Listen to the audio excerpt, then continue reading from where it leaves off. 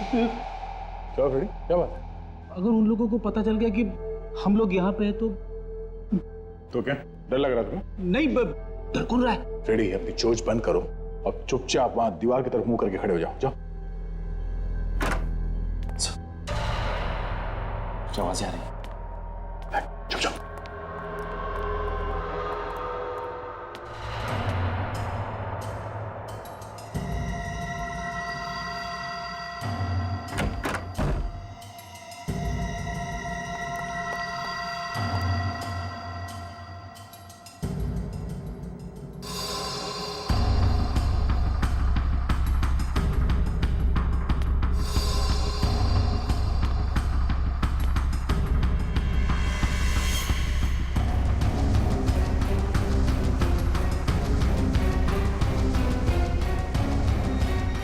हो गया? हाँ? निहाल, मैंने पूछा तुम्हारा काम हो गया? ऐसे चुप रहने से काम नहीं चलेगा। इस तरीके से किसका खून कर रहे थे? हाँ? किसका? इस पुतले का? हाँ? ये होश में नहीं है या फिर होश में ना होने का नाटक कर रहा है? अक्सर लोग अपनी जान बचाने के लिए तरह तरह के बहाने ढूंढते हैं। ऐसे बुत बन के खड़े रहने से काम नहीं चलेगा। निहाल! सर, इसकी आंखों की पुतली अब बड़ी अजीब सी दिख रही है सर। इसने इसे हिप्नोटाइज कर दिया है। इसे पता नहीं कि कहाँ है और क्या कर रहा है। इसे जल्दी से इस हालत से बाहर निकालना पड़ेगा। मिता जी, ये बात लगभग पक्की है कि निहाल ने खून किया है। कि क्या कह रहे हैं आप? मैं आपसे पहले भी कह चुकी हूँ कि मेरे पति अपनी बहन का खून नहीं कर सकते, और आप है कि ऐसा हुआ है और हम लोगों ने अपनी आंखों से देखा है। ये उस कमरे में गया जहाँ पे खून हुआ था और वहां जाके तकिए से खून करने की कोशिश की। क्या कह रहे हैं आप? देखिए, इन्हें हिप्नोटाइज किया गया है और ये काम इनसे कोई और करवा रहा है। हिप्नोटाइज? हाँ, हिप्नोटाइज। और ये सब प्लानिंग के साथ किया गया है। रास्ते में आपकी कार खराब अपने आप नहीं हो गई थी, किसी ने जानबूझकर खराब की थी और उसके बाद यहाँ रिया को यहाँ लाके इसका खून कर दिया गया। ऐसा नहीं हो सकता। ऐसा हुआ है। किसने किया खून? अमित। हाँ, अमित। ये अमित कौन है? इससे पहले तो कभी नाम नहीं सुना इसका। अमित निहाल का दोस्त है। अमित निहाल का दोस्त है तो अमित ही क्यों? क्योंकि अमित को हिप्नोटिज्म आता है। अमित को हिप्नोटिज्म आता है? हाँ। ये अमित रहता कहाँ? अमित वो आए दिन संगनी थिएटर में हिप्नोटिज्म के शोज करता है। जरा फोन दीजिए please. Give me your phone.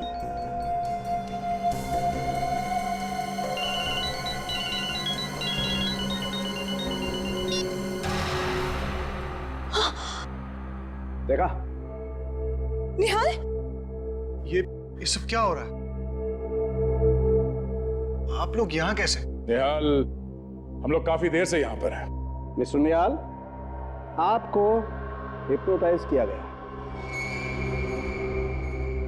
Doctor साहब, अगर अलार्म के बंद होने से ये हिप्नोटिज्म से बाहर आ जाता है तो हिप्नोटिज्म में जाने के लिए भी कोई ट्यून या कोई ट्रिगर होगा ना? बिल्कुल होगा दया, लेकिन वो क्या ट्रिगर है ये हमें ढूंढना पड़ेगा। इस ट्रिगर के बारे में तो ये अमित ही बता सकता है हमें। सचिन, निहाल को अरेस्ट कर लो।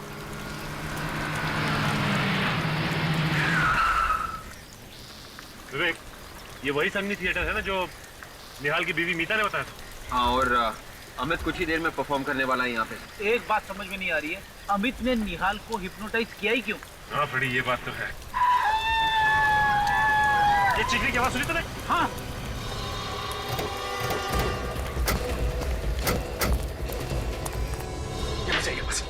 हटिया लो प्लीज। माय गॉड, ये तो मर चुका है। लगता है खुद को गोली मारी। अगर विवेक, कभी कभी जो दिखता है वैसा होता नहीं। अच्छा, आप में से किसी ने से अपने आप को गोली मारते हुए देखा क्या? नहीं सर, हम लोग दरवाजा खोली जब अंदर आए तो ये आदमी मरा हुआ था। और भी कोई था यहाँ पे इस ग्रीन रूम में? नहीं सर, यहाँ पे तो और कोई नहीं था। कोई ऐसे ही दरवाजा खुला छोड़ के आत्महत्या नहीं करेगा। क्या विवेक, इसी सवाल का जवाब हमें भी ढूंढना है। अच्छा, इस गन को ध्यान से देखिए। इस पे साइलेंसर लगा हुआ है और ये देखिए, इसका नंबर मिटाया गया है। किसने किया ये? नहीं सर, इसके बारे में पता नहीं है। ठीक है। देखिए वैसे पेपर।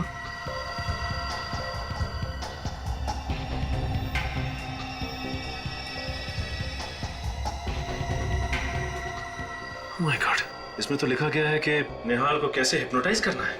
उसके नीचे ये भी लिखा है सम्मोहन अवस्था से कैसे बाहर निकलना है। मतलब उस बंगले का केयर टेकर जब जब रात में खांसेगा तब तब निहाल हिप्नोटाइज्ड हो जाएगा, और जब जब उसके मोबाइल का अलार्म बज के बंद होगा तब तब वो हिप्नोटिज्म से बाहर निकलेगा। मगर ये अमित उस देखभाल करने वाले बूढ़े आदमी को जानता कैसे था? हमें ये भी पता करना चाहिए। और साथ में ये भी पता करना होगा कि इसने आत्महत्या ही की है या फिर इसका खून हुआ है।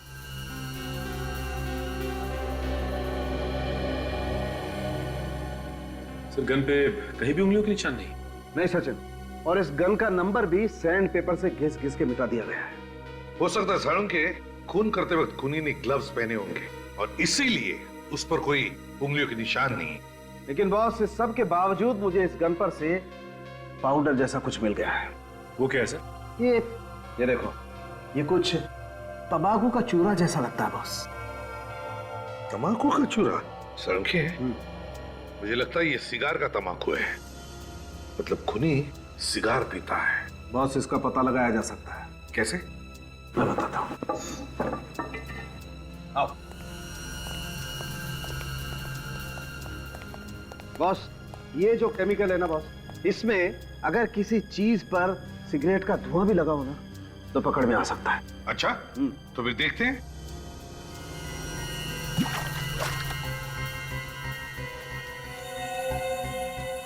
ये देखो बॉस, इस गन पर सिगरेट का धुआं लगा हुआ था। इसका मतलब है साळुंखे ये खूनी सिगार पीता है। सर कहीं ऐसा तो नहीं कि ये अमित सिगार पीता था?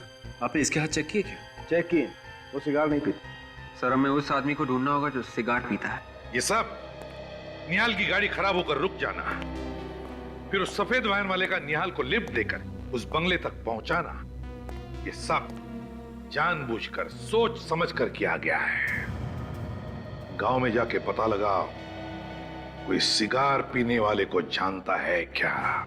गांव के हर एक आदमी से पूछते हैं, किसी ने ऐसे आदमी को देखा है जो लगातार सिगार पीता है? अरे सर, आप लोग वापस यहाँ पे? क्या हुआ सर, वो खूनी मिला या नहीं? नहीं, अभी तक तो नहीं, लेकिन जल्दी ही पकड़ा जाएगा। अच्छा एक बात बताओ, आप किसी ऐसे आदमी को जानते हो जो लगातार सिगार पीता हो, या ऐसा आदमी जो बाहर से आया हो गांव में? हाँ सर, एक आदमी यहाँ पे आता तो था और सर वो सिगार भी बहुत पीता था। सर वो उस आदमी को भी जानता था जो वो उस पुरानी वैन का मालिक था। तुम उस आदमी को जानते हो क्या? हाँ सर, उसका नाम ऋषिकेश है। कौन ये ऋषिकेश? सर ये ऋषिकेश बाहर से 6 साल पहले यहाँ पे आया था, जब उस वैन का मालिक जिंदा था और वो इस जगह को खरीदना चाहता है, लेकिन इस पे केस चल रहा था इसलिए खरीद नहीं सका। इसका मतलब ऋषिकेश जानता था उस आदमी को, वो जानता था वो बुढ़ा आदमी कैसा दिखता है। हाँ सर, तो इसीलिए ये ऋषिकेश उस वैन वाले बुड्ढे का भेस बदल कर घूम रहा था। और वैसी वैन भी बनवा ली। अच्छा एक बात बताइए, आप ऋषिकेश के बारे में कुछ और जानते हैं? उसका नंबर, एड्रेस वगैरह कुछ भी? सर उसका मोबाइल नंबर है मेरे पास। जरा देना। सर उसका नंबर है 9001238874 और सर वो उस कॉलेज के बाजू में रहता है। सर उसका एड्रेस है B1 तेलीगरी हाईवे रोड। कुछ भी कहो पापा, बरसात के मौसम में रात को सफर करने का मजा ही कुछ अलग होता है। लेकिन बारिश होती तो और मजा आता। क्यों बुआ? सही कह रही है स्नेहा। अच्छा हुआ कि हमने एक बाहर निकलने का प्लान बना लिया, वरना घर पे बैठ के टीवी देख रहे होते।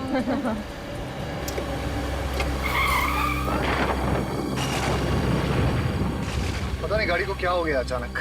ऐसा क्या हो गया गाड़ी में? देख के आता हूँ।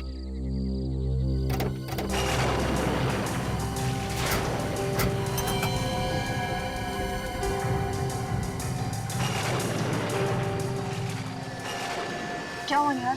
कुछ समझ में नहीं आ रहा है, पता नहीं क्या हुआ है।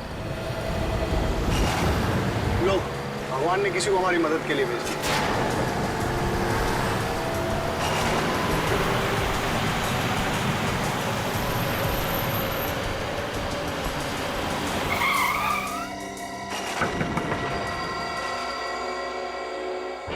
भाई साहब, हम लोग बहुत परेशानी में हैं। हमारी कार खराब हो गई है। यहाँ आसपास कोई गैराज है क्या? गैराज? और यहाँ गैराज कहाँ से आएगा? कोई होटल वगैरह? यहाँ कोई होटल नहीं। हाँ, लेकिन एक जगह मैं जानता हूँ जहाँ तुम लोग रात गुजार सकते हो। कौन सी जगह है वो? यहाँ पास में ही एक बंगलो है, बड़ा पुराना सा घर। वो जगह तुम लोगों के लिए सही रहेगी। जल्दी बोलो, मेरे पास वक्त नहीं है, मुझे पास के गांव में कुछ काम है। ठीक है भाई साहब, क्या आप हमें उस बंगले तक ड्रॉप कर सकते हैं? बैठ जाओ। 1 मिनट, हम जरा सामान ले लेते हैं। ले लो।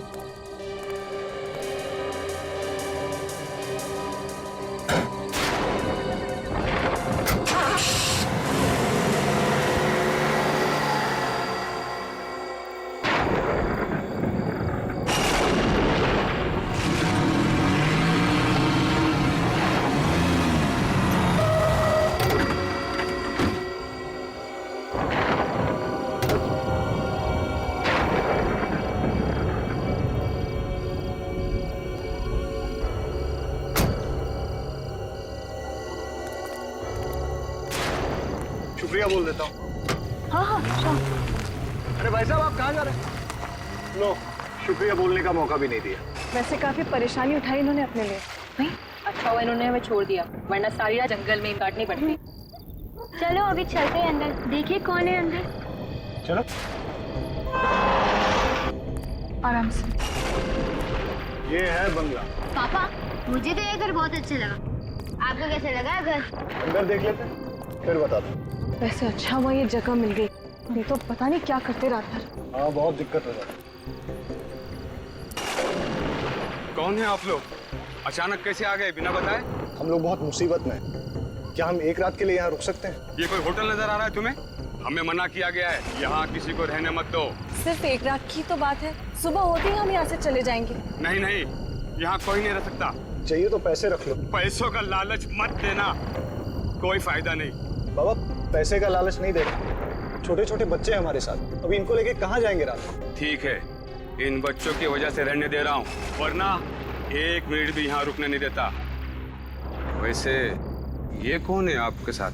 एक मैं हूँ, ये मेरी पत्नी है, ये मेरी बहन है और बच्चे हैं साथ में बस। ठीक है, आइए मेरे साथ। चलो। आइए, अंदर आइए।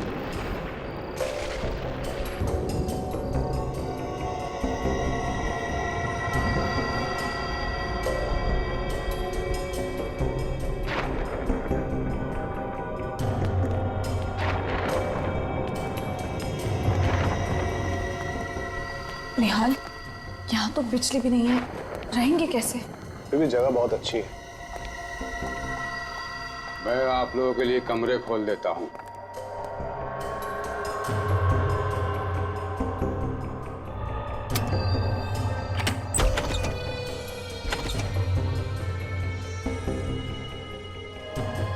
मैंने आप लोगों के लिए कमरे खोल दिए, उन्हीं में रह लो, लेकिन सिर्फ 1 रात के लिए। हाँ बाबा, बस आज की रात, कल सुबह हम लोग चले जाएंगे।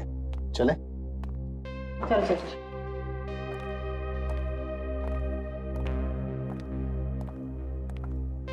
बच्चों, तुम लोग वो वाला रूम ले लो। Good night. Good night. और दरवाजा बंद कर लो। सो जाना। हाँ हाँ, बाय, गुड नाइट। रिया, जी भैया। ये वाला रूम। ठीक है भैया। गुड नाइट भैया, गुड नाइट अभी। Good night. और हम लोग यहाँ चलते हैं।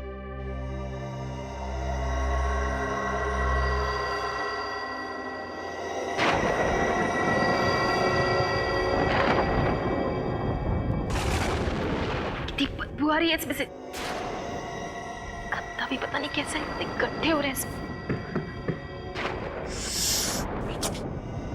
कितने मच्छर है यहाँ पे। ये चलने की आवाज, कौन है वहां पे? कौन है?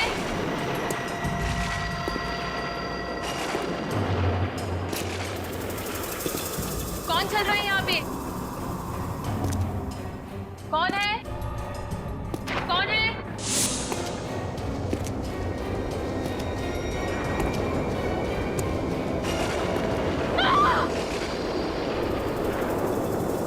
कौन है वहां पे? पर्दे के पीछे कौन है? बाहर आओ, कौन है? मैंने देख लिया, कौन है वहां पे? बाहर आओ, बाहर निकलो, क्या चाहिए तुमको?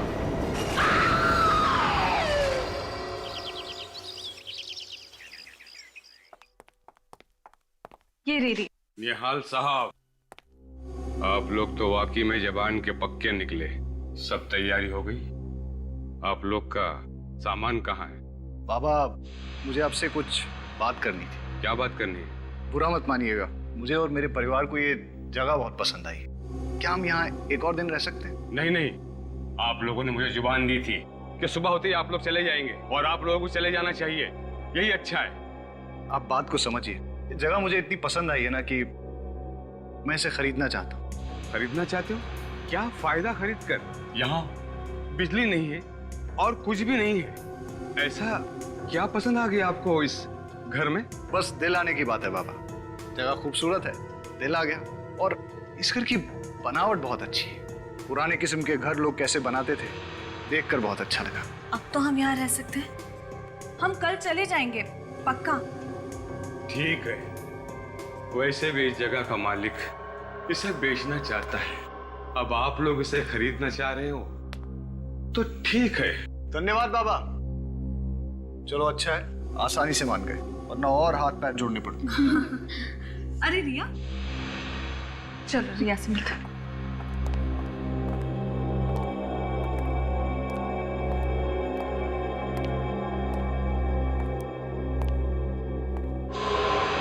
क्या हुआ रिया? तुम चुपचाप क्यों? तुम बोल क्यों नहीं रही हो रिया? क्या हुआ रिया? कुछ हुआ है। क्या? मैं सारी रात सो नहीं सकी। क्यों? बोलो रिया। जैसे मैं सोने वाली थी, मुझे मेरे कमरे के बाहर किसी की चलने की आवाज सुनाई दी। चलने की आवाज? मैंने आगे बढ़ के देखने की कोशिश की तो अचानक से कमरे का पर्दा जोर जोर से हिलने लगा और कोई मेरी तरफ को बढ़ा और उसने मुझे कस के जकड़ लिया। तुम क्या बोल रही हो रिया? मैं सच कह रही हूँ भाई, मैंने किसी की परछाई देखी यहाँ पे और इस जगह में कोई आत्मा वात्मा है। हमें यहाँ नहीं रहना चाहिए, हमें जल्दी से यहाँ से जाना चाहिए भैया। तुमने जरूर कोई डरावना सपना देखा है। रिलैक्स। और ये आत्मा वात्मा कुछ नहीं होता है, समझी? अरे यहाँ आसपास इससे अच्छा घर नहीं है। मैं तो इसे खरीदने की सोच रहा हूँ। हाँ रिया, मुझे लगता है कि तुम्हें थकान की वजह से ऐसे लग रहा है। तुम जब आराम कर लोगी, ठीक से सो जाओगी, तो सब कुछ ठीक हो जाएगा। कुछ ठीक नहीं होगा। अरे सब ठीक हो जाएगा। और अगर तुम्हें रात को डर लगे ना, स्नेहा तुम्हारे साथ सो जाएगी, ठीक है? वाह बुआ, अगर डर लगे तो मेरे साथ आके सो जाना, खूब गप्पे लड़ाएंगे। चलो चलो अब ब्रेकफास्ट करते हैं। मुझे तो बहुत जोरों की भूख लगी है। देखिए, शायद ये आदमी खाने के लिए कुछ दे दे। वैसे भी बहुत देर हो गई। अच्छा रिया, तुम भी फ्रेश होकर नाश्ता करने के लिए आ जाओ, ठीक है? चलो come come.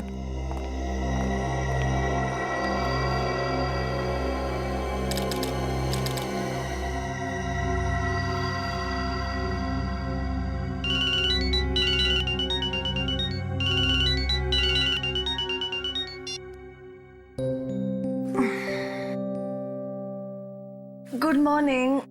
Good morning. Good morning. चलो चल के स्नेहा और रिया को भी उठा ही लेते हैं। Good morning. Good morning.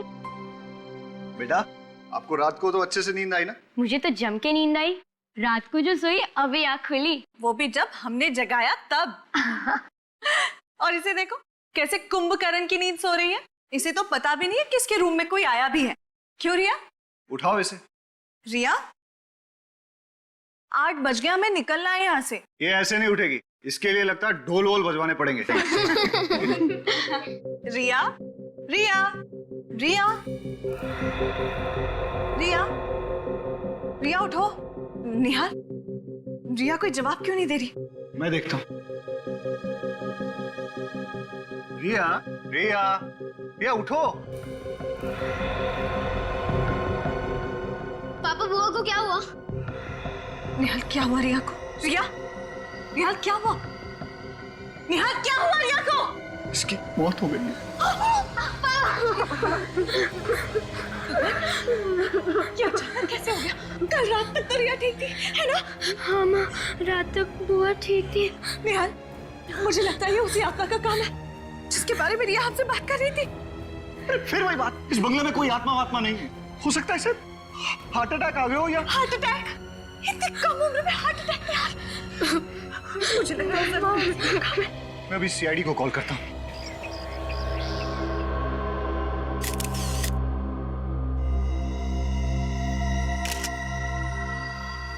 Sachin, Freddy, जरा आसपास देखो। देखो कुछ अजीब दिखता है क्या?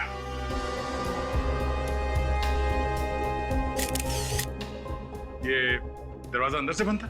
नहीं सर, बंद नहीं था। तो कोई भी आसानी से घुस सकता था।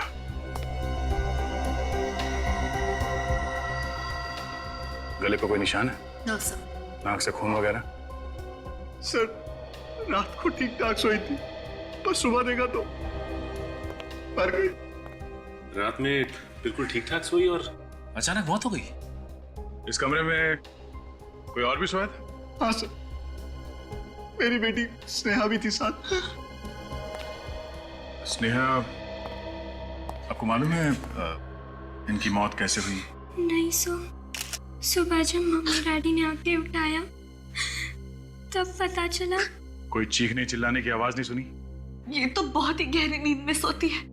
सर, मैं आपसे एक बात कहना चाहती हूँ। क्या? ऐसा लगता है कि यहाँ पे कोई आत्मा है। आत्मा? आपका कहने का मतलब है कि इसकी मौत आत्मा की वजह से हुई? जी, क्योंकि पहली रात तो ये अकेले ही दूसरे कमरे में थी और इसने हमें बताया था कि कोई था वहां पर। अगर इसका खून हुआ है तो किसी इंसान ने किया है। लेकिन सर, उसने कुछ आवाजें सुनी थी रात को, किसी के चलने की। तो आप लोगों ने पूछा नहीं कौन था वो? किसके चलने की आवाज सुनी थी? हमें लगा कि उसके दिमाग का वहम। नहीं, कुछ और ही चक्कर है। आप सब लोग यहीं पे रहते हैं? हम लोग तो सिर्फ 2 दिन से रुके हैं यहाँ पे। ये लोग यहाँ के देखभाल करते हैं। तो आप यहाँ के केयर टेकर हैं? जी साहब। तो आप लोगों को कुछ तो पता होगा ना? नहीं मालूम साहब, मैं तो इस बंगले के बाहर वाले कमरे में सोया था। मुझे क्या पता अंदर क्या हुआ। हाँ साहब, कल रात को इनकी तबीयत बहुत खराब थी। पूरी रात खांसते रहे और कमरे से बाहर भी नहीं गए। ये कमरे से बाहर नहीं गए, गहरी नींद में सोई हुई थी और बाकी किसी को कुछ मालूम नहीं। तो पता कैसे चलेगा कि इसकी मौत हुई कैसे? अच्छा, इन्हें किसी तरह की कोई बीमारी थी? कोई दिल की बीमारी वगैरह? ऐसी तो कोई बीमारी नहीं थी साहब। इन लोगों को यहाँ रखकर हमने बहुत बड़ी भूल की। हमें क्या पता था कि यहाँ ये सब होने वाला है। सर, हम तो छुट्टियां मनाने के लिए गोवा जा रहे थे। रास्ते में हमारी कार खराब हो गई और हमें यहाँ आना पड़ा। तो आप लोगों को इस जगह के बारे में पहले से मालूम था? नहीं सर, एक आदमी लेके आया था हमें। कौन था वो आदमी? पता नहीं कौन था वो। हमारी कार खराब हो गई थी, हम लोग रास्ते में खड़े थे तो वो वहां से गुजर रहा था। तो हमने उससे होटल के बारे में पूछा और उसने बताया कि आसपास कोई होटल नहीं है, पर एक बंगला है जहां हम रुक सकते हैं। वो हमें अपनी गाड़ी में यहाँ तक लेके आया। अच्छा, वो आदमी दिखने में कैसा था? उसकी उम्र कई 60 साल की होगी। उसने आंखों पे काला चश्मा पहन रखा था, एक शॉल ओढ़ रखी थी उसने। और हाँ सर, वो बोल रहा था कि उसे पास वाले गांव में कुछ काम है। तुम्हें उसकी गाड़ी का नंबर याद है? सर, वो एक पुरानी सी सफेद कलर की वैन थी और उसका नंबर था XOZ 45 A9094। अच्छा, तुम हमें उस जगह पे ले जाओ जहाँ पे तुम्हारी गाड़ी खराब हो गई थी। आसपास के गांव में जाके इस आदमी के बारे में पूछना होगा।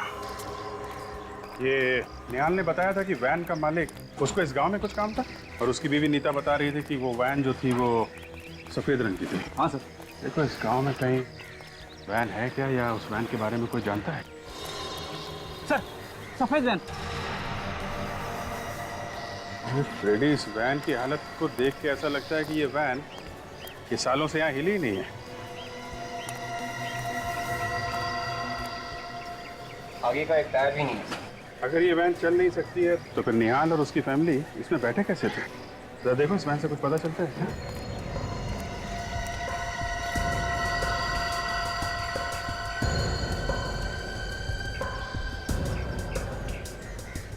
क्या? सर, गाड़ी का नंबर वही है जो निहाल की पत्नी ने बताया। सर, गाड़ी के अंदर का आधा सामान गायब है सर। अगर ये गाड़ी किसकी है जरा पता करो। इनसे पूछ, इनसे। भाई साहब, इस गाड़ी का मालिक कौन है? सर, मैं इस वैन के मालिक को जानता था। जानता था? क्या मतलब? अभी कहाँ है वो? सर, इस वैन के मालिक की मौत 6 साल पहले हो गई थी, तब से ये वैन यहीं खड़ी है। एक मिनट, इस वैन का जो मालिक था वो बुढ़ा सा था, काला चश्मा लगाता था और शाल वगैरह ओढ़ता था? हाँ सर, मैं उसी के बारे में बोल रहा हूँ सर। लेकिन अब वो इस दुनिया में नहीं रहे। लेकिन आप लोग मुझसे ये सब क्यों पूछ रहे हैं? देखिए हम लोग CID थे, एक केस के सिलसिले में पूछताछ कर रहे। CID? भाई साहब, इस वैन का मालिक सचमुच मर चुका है क्या? हाँ ठीक है, अभी आप जा सकते हैं। जरूरत होगी तो दोबारा बुलाएंगे। थैंक यू सर, मुझे तो लगता है निहाल को आत्मा ने लिख दी थी, तभी तो निहाल बच गया और उसकी बहन मर गई। तुम्हारी ये जो भी आत्मा है ना, मैं उसको पकड़ के ही छोड़ूंगा।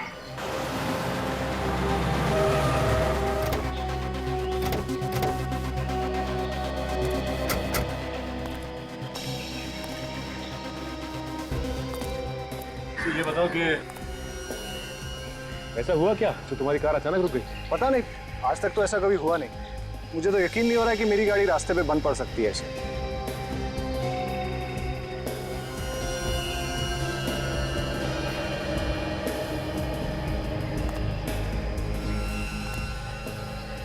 राजन, ये देखो, लगता है यहाँ पे पेट्रोल लीक हुआ।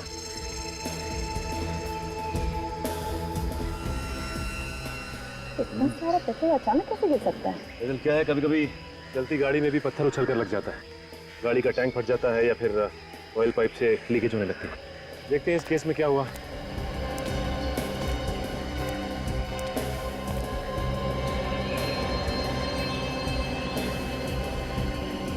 माय गॉड,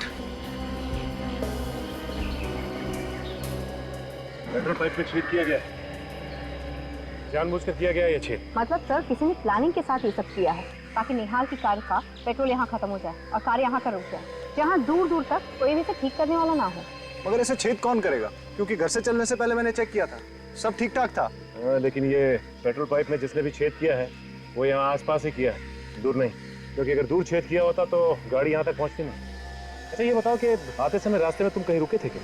हाँ, एक ढाबे पे रुके थे नाश्ता करने के लिए। ढाबे पे?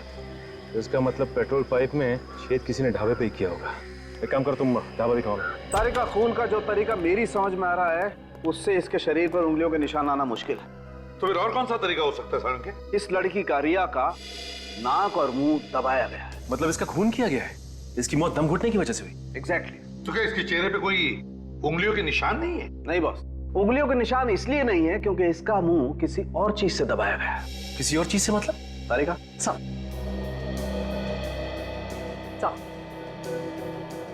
गुलाबी रंग का धागा, मतलब किसी गुलाबी रंग के कपड़े से रिया का मुंह दबाया गया है। जब खूनी ने इसका मुंह दबाया होगा तब बेचारी का दम घुटा होगा और जोर जोर से सांसें लेते वक्त ये धागा उसकी नाक में चला गया। बिल्कुल। गुलाबी रंग का कपड़ा?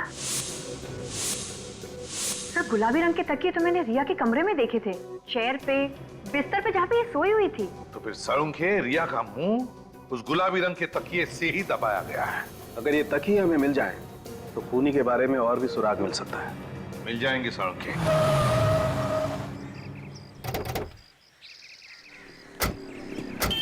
यही वो ढाबा है जहाँ हमने नाश्ता किया था। और गाड़ी कहाँ खड़ी की? वहाँ पे।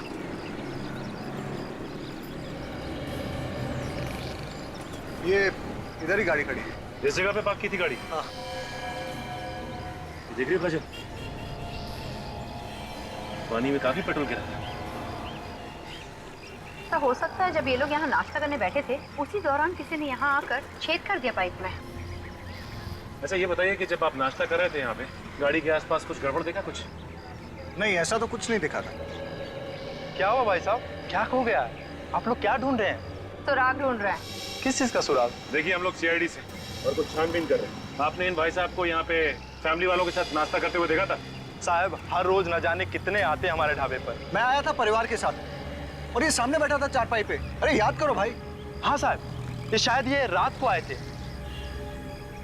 चलो इतना याद है तो फिर ये भी याद होगा, यहाँ पे गाड़ी के आसपास तुमने किसी ऐसे आदमी को देखा जो कुछ गड़बड़ लगा हो? हाँ साहब, एक गाड़ी यहाँ खड़ी थी और गाड़ी के चक्कर लगा रहा था एक आदमी। मुझे तो पहले लगा वो गाड़ी का मालिक है, फिर ख्याल आया कि वो कहीं गाड़ी का चोर तो नहीं है। फिर क्या किया तुमने? मैंने अपने पास बुलाया, उससे पूछा भाई तू है कौन? तो मेरे बात का जवाब नहीं दिया, तो फिर मैंने भगा दिया उसको। कमाल है। अच्छा कुछ पता है कैसे दिखता था वो?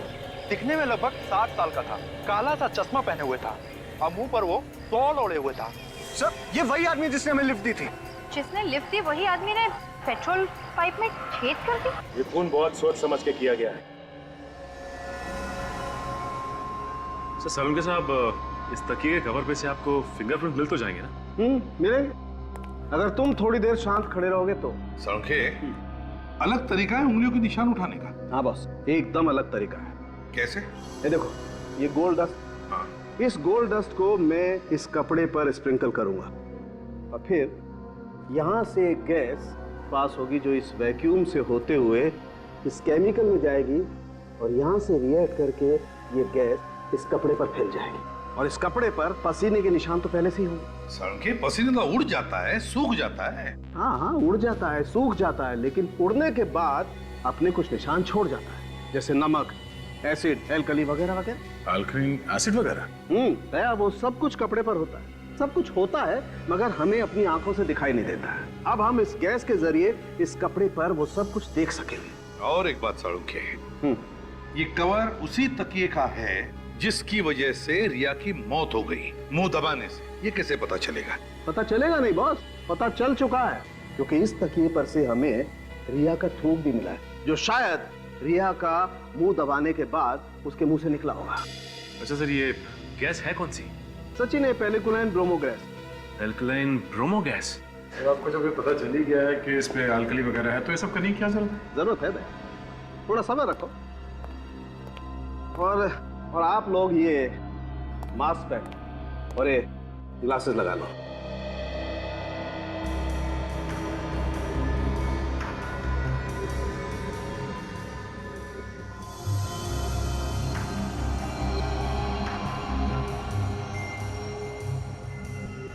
अब बॉस, मैं ये गैस इस कपड़े पर छोड़ता हूं।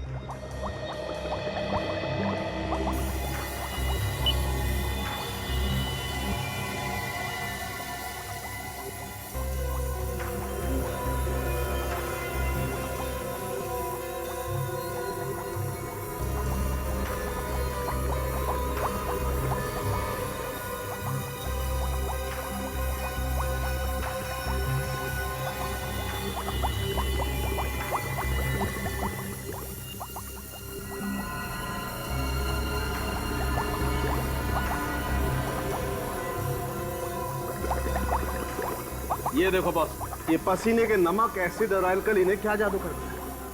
उंगलियों के निशान?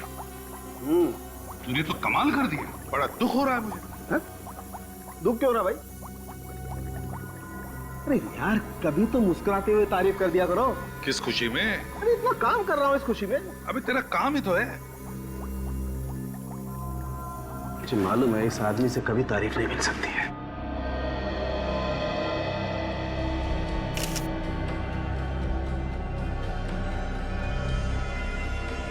ये देखो बस, उस तकिए के कवर पर जो उंगलियों के निशान थे वो ये रहे। अब इन उंगलियों के निशानों को उन लोगों की उंगलियों के निशान के साथ मैच करके देखेंगे जो उस रात रिया के साथ उस बंगले में थे। सचिन सर, काजल को बोलो उन लोगों को लेकर आए। आइए। आपने हमें यहाँ क्यों बुलाया? खूनी का पता चल गया है क्या? नहीं, खूनी का पता नहीं चला है। आपकी उंगलियों के निशान लेने के लिए आपको यहाँ बुलाया। तो चलिए, अब सब लोग एक एक करके अपनी उंगलियों के निशान दीजिए। हमारी उंगलियों के निशान? जी हाँ। तो क्या खून हमने किया है? आप इनकी निशान क्यों नहीं लेते, केयर टेकर्स के? क्यों? खून हमने थोड़ी किया है। देखिए, खून किसने किया है या नहीं, ये सर्टिफिकेट तो नहीं है तुम लोगों के पास। तो जब तक खूनी का पता नहीं चलता और जब तक हम तुम्हारी उंगलियों के निशान मैच करके नहीं देखते, तब तक तुम सब पर हमारा शक है। चलिए आइए, आप आइए पहले, चलिए। ये आप लोगों की बहुत गलत बात है। परिवार के लोगों पर ही शक कर रहे हैं आप। चलिए आइए, अपनी उंगलियों के निशान दीजिए। चलिए प्लीज।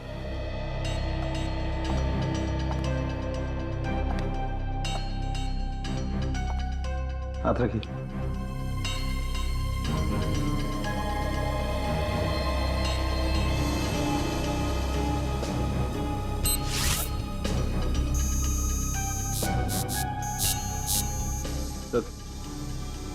आप आइए प्लीज।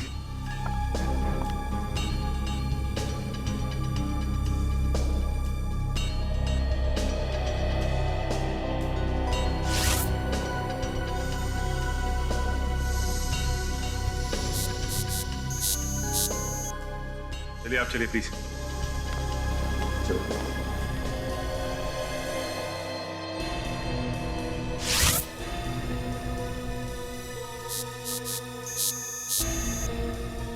जा।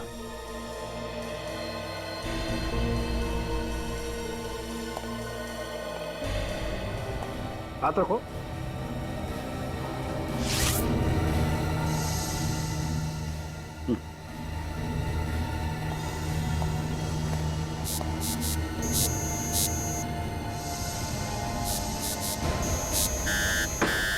बॉस, इस तकिए के कवर पर जो उंगलियों के निशान है वो इस निहाल की उंगलियों के निशान। रिया का खून तुमने किया। मैंने किसी का खून नहीं किया। मैं अपनी बहन का खून क्यों करूंगा? सबूत तुम्हारी आंखों के सामने है। ये उंगलियों के निशान वो भी तुम्हारे हैं। इसका एक ही मतलब है निहाल, अपनी बहन का खून तुमने ही किया। वाह, पहली बार ऐसा आदमी देखा जो अपनी बहन का खून करने के बाद कह रहा है कि मुझे कुछ मालूम नहीं। मैंने कभी सोचा भी नहीं था कि मेरी बहन के खून का इल्जाम मुझ पे लगेगा। बहन तो बहन होती है सर। यही तो हम भी कहना चाहते हैं कि ऐसी क्या जरूरत आ पड़ी जो तुमने अपनी बहन का खून कर दिया। उसके नाम पे कोई प्रॉपर्टी थी जो तुम हासिल करना चाहते थे? कोई प्रॉपर्टी वॉपर्टी नहीं सर, मेरा विश्वास कीजिए, मैंने अपनी बहन का खून नहीं किया। तुमने नहीं मारा? तो फिर जो उंगलियों के निशान हमें उस तकिए के कवर पर मिले थे उसके साथ तुम्हारी उंगलियों के निशान मैच हुए ना? मैंने उस तकिए को हाथ तक नहीं लगाया। मैं तो रिया के रूम में भी नहीं गया। सर मुझे नहीं पता कि उस तकिए पे मेरे उंगलियों के निशान कैसे आ गए। तो क्या तुम्हारी उंगलियों के निशान खुद ब खुद आ गए उस तकिए के कवर पर? ऐसा ही हुआ होगा सर। तो तुम ये कहना चाहते हो कि तुम्हें कोई फंसाने की कोशिश कर रहा है? हाँ सर, कोई मुझे फंसाने की कोशिश कर रहा है। कौन फंसाना चाहता है? वो बूढ़ा आदमी जिसने तुम लोगों को उस बंगले तक छोड़ा था, या फिर उस बंगले का केयरटेकर? हो सकता है। वैसे हम तुम्हें बता दें मिस्टर निहाल, जिस आदमी ने तुम लोगों को उस बंगले तक छोड़ा था वो 6 साल पहले मर चुका है। 6 साल पहले मर चुका? जी हाँ। लेकिन मैंने और मेरे परिवार ने खुद उसे अपनी आंखों से उस रात देखा था। सचिन, सचिन, गड़बड़ है, कुछ तो गड़बड़ है। एक काम करो, तुम, दया और फ्रेडी उस बंगले में जाओ जहां पर रिया का खून हुआ था और देखो। मुझे लगता है सचिन, यहाँ पे कुछ ऐसा हुआ है कि मुझे पहले से पता था कि मैं फंस जाऊंगा।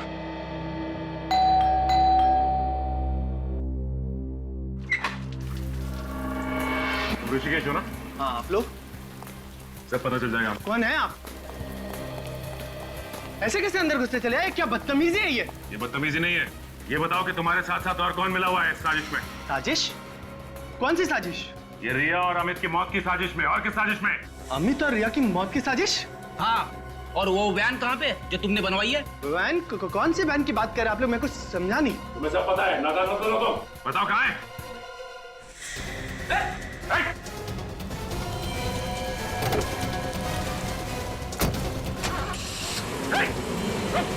Oh my God, भाग गया। पीछे करते हैं इसका। बेटे को भी बुला लो।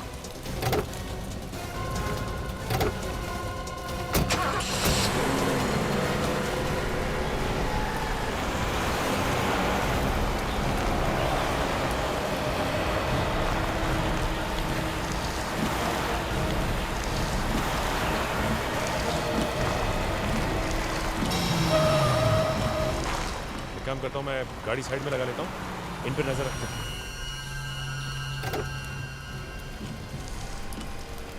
पीछा तो छूटा।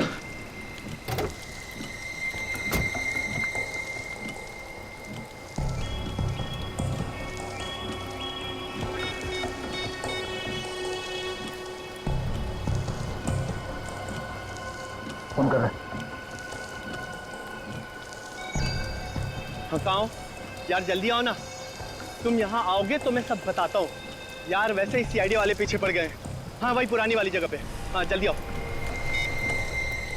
कोई आने वाला है और ये उसी का इंतजार कर रहा है। हाँ, मुझे इसके हाव भाव को तो देख के यही लगता है कि यहाँ पे किसी को मिलने के लिए बुलाया है। कोई गाड़ी आई है।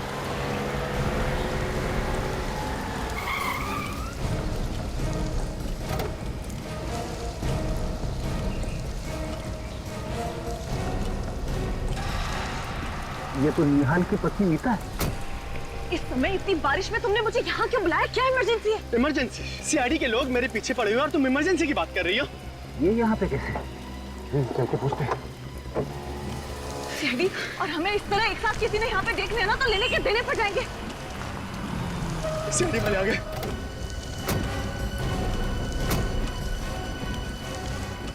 आप लोग यहाँ? यही सवाल हम भी पूछना चाहते हैं। क्या आप और यहाँ? ये इसने मुझे यहाँ बुलाया। इसने मुझे मजबूर किया यहाँ आने के लिए। ये मेरी ननद रिया का खूनी है। आप इसे गिरफ्तार कर लीजिए। मैंने क्या किया? तुम झूठ क्यों बोल रही हो? मुझे क्यों फंसा रही हो यार? मैं झूठ बोल रही हूँ? मैं तुम्हें फंसा रही हूँ?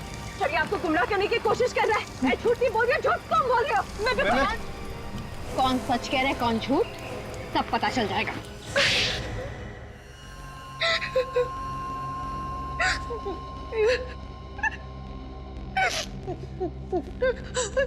बता, क्यों मारा तुमने अमित और रिया को? निहाल को फंसाने के लिए। निहाल को फंसाने के लिए? तुमने अपने ही पति को फंसाया, लेकिन क्यों? मैं प्यार ऋषिकेश से करती थी, लेकिन मेरी शादी निहाल से हो गई। इसीलिए हम दोनों ने प्लान बनाया कि निहाल को खून के इल्जाम में फंसाकर उसको जेल भिजवाकर हम दोनों शादी कर लेंगे। और गोवा घूमने जाने का प्लान वो भी तुम्हारा ही था ना? हाँ, जब हम घूमने गए तो ढाबे पर कुछ खाने के लिए रुके और उसी समय मौका पाकर ऋषिकेश ने गाड़ी के पाइप में छेद कर दिया और गाड़ी बीच जंगल में रुक गई। मैं पीछे पीछे आ गया। फिर इन लोगों को लिफ्ट देने के बहाने उस पुराने बंगले में ले गया। और उसी बंगले में तुम आत्मा बनके रिया को डराने लगे ताकि लोगों को लगे कि वहां पे आत्मा है, किसी ने रिया का खून किया है। हाँ। और फिर अमित ने निहाल को हिप्नोटाइज किया, सम्मोहित किया और उसी के हाथों रिया का खून करवाया। हाँ। मगर तुम लोगों ने अमित को क्यों मारा? क्योंकि हमें डर था कि वो हमारा भांडा फोड़ देगा। तुम्हें शर्म नहीं आई ये सब करते हुए? कम से कम अपने बच्चों के बारे में तो सोचा होता। कभी कभी ज्यादा चालाकी भी लोगों को फंसा देती है, जैसे तुम दोनों को फंसा दिया। सबसे बड़ी गलतियां तो तुमने की ऋषिकेश। 6 साल पहले मरे हुए आदमी का फेस बनाकर आ गए। और दूसरी तुम्हारी सिगार की लत। भूल गए तुम कि smoking is injurious to health. सड़ते बैठना दोनों भी जेल में, फांसी का ऑर्डर आने तक।